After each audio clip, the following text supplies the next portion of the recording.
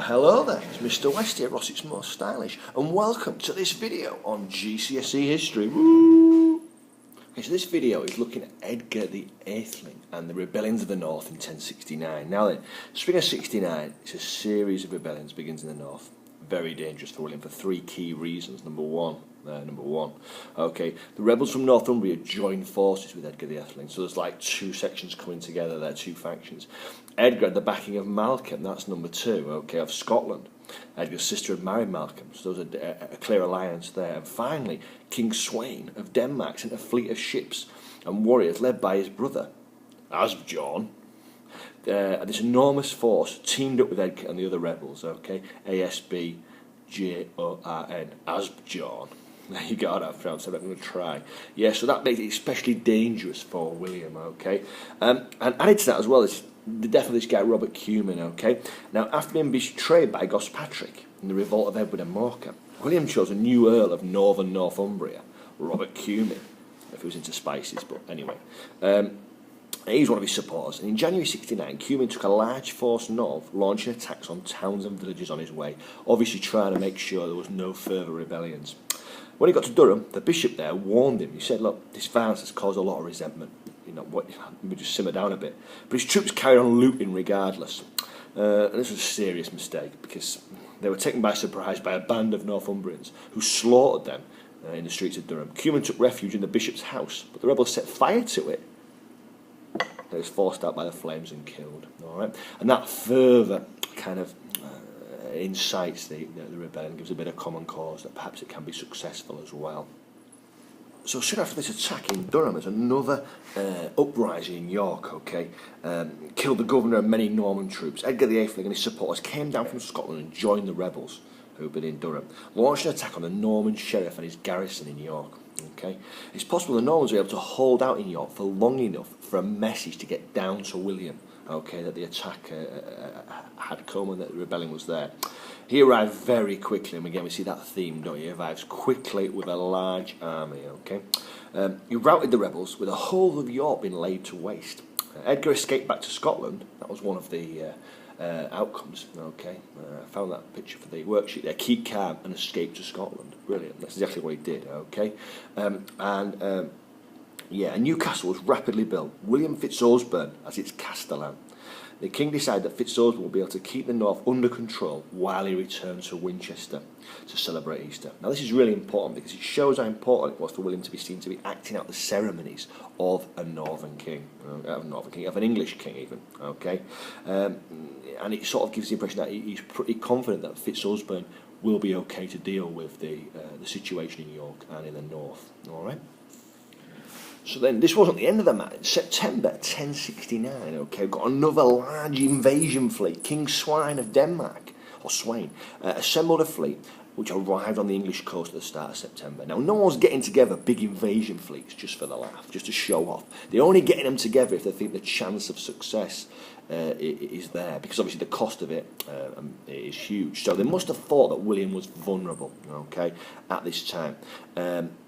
Raiding up the east coast, the Danes met up with Edgar's troops, down again from Scotland. He likes a good tour up and down that lad, up and down to Scotland, okay, in mid-September. This coordinated attack was a significant threat to William. Not only did the Danes have allies in the Danelaw, but now Anglo-Saxons across England could join Edgar against the Normans. So you've got the Danelaw, who could form an allegiance, if you will, to Sweyn, and then you've also got Anglo-Saxons who could join Edgar. So you've got that kind of two-pronged situation there. Very difficult, okay. The combined army marched on York, reached on the 21st of September, okay, and attempted to clear houses out of the way of the defences. The Norman defenders accidentally set fire to the city. Not ideal, okay. So because of their defences being kind of in ruins, they had to kind of move out of the city and meet the Anglo-Danish army. They were cut to pieces, okay. You can sum it up kind of in destruction, death and plunder, okay. 3,000 Normans were killed, both castles were destroyed, and all the plunder was carried back to the Danish fleet, okay. Remember, time and again we see this Danish fleet arriving, not necessarily interested in taking over England, but just trying to see what they can get out of it, and plenty of plunder from York.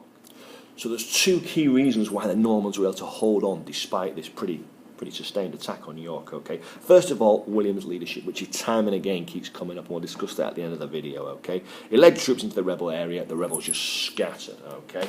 And instead of pressing south to challenge the Normans, the kind of Anglo-Danish army split up, okay? So that, I mean, they had a success in York. The only way to make that really count was to capitalise on that and get the ball rolling for further attacks, but they weren't prepared to do that. Split up, and again shows the disunity of the rebels. Okay.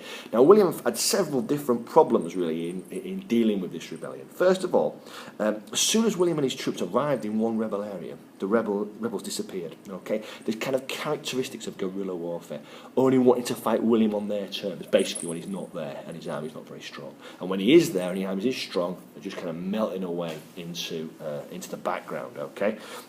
Once he moved on to another rebel hotspot, though, rebellion flared up again.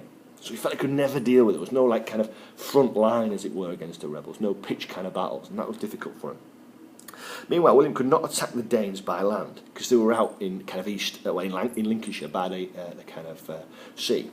And because of the swamps and because of access, he couldn't attack them by land, okay? And the last thing he'd want to do would be to attack them by sea. The Normans had no fleet and are far less experienced than the Danes. So he can't deal with the rebellions because wherever he turns up, they're just not there, or they just melt away.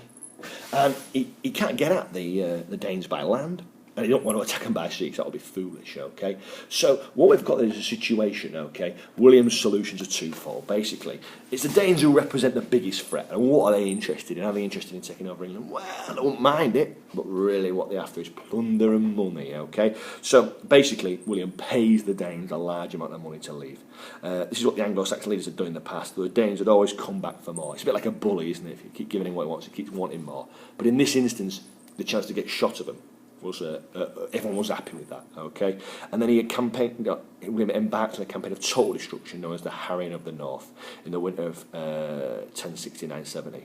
The idea was obviously to remove any areas that would be fertile for a rebellion, or indeed fertile for any crops, as it turned out, okay? Now there's been another video, another sheet on the Harrying of the North, but you can see that that's had an impact. The Danes have been removed by the money, the harrying removes the English from having any kind of possibility, chance to rebel again in the future. Let's have a look at why it failed. Okay, so again, we're coming to conclude this. Why is it then that this rebellion fails, okay? Well, let's just have a look and see where we are. First of all, no strong alternative English king. Well, let's get the right picture. Oh, there we go. Maybe you could argue there was.